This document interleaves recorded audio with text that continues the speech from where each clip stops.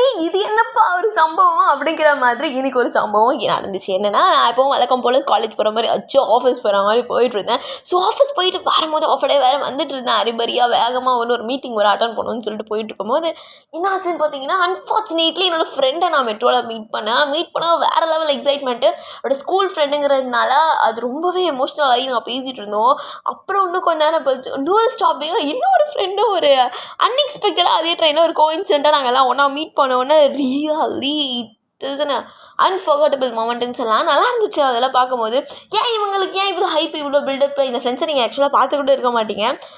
ஏன்னா சில நேரங்களில் நம்ம லைஃப்பில் வந்து நமக்கு ரொம்ப கஷ்டமான தருணங்களில் கை கொடுக்குறவங்கள வாழ்க்கையில் மறக்க மாட்டோம்ல. அந்த மாதிரி 2 பர்சனை தான் நான் மீட் பண்ணேன். They are really special for me.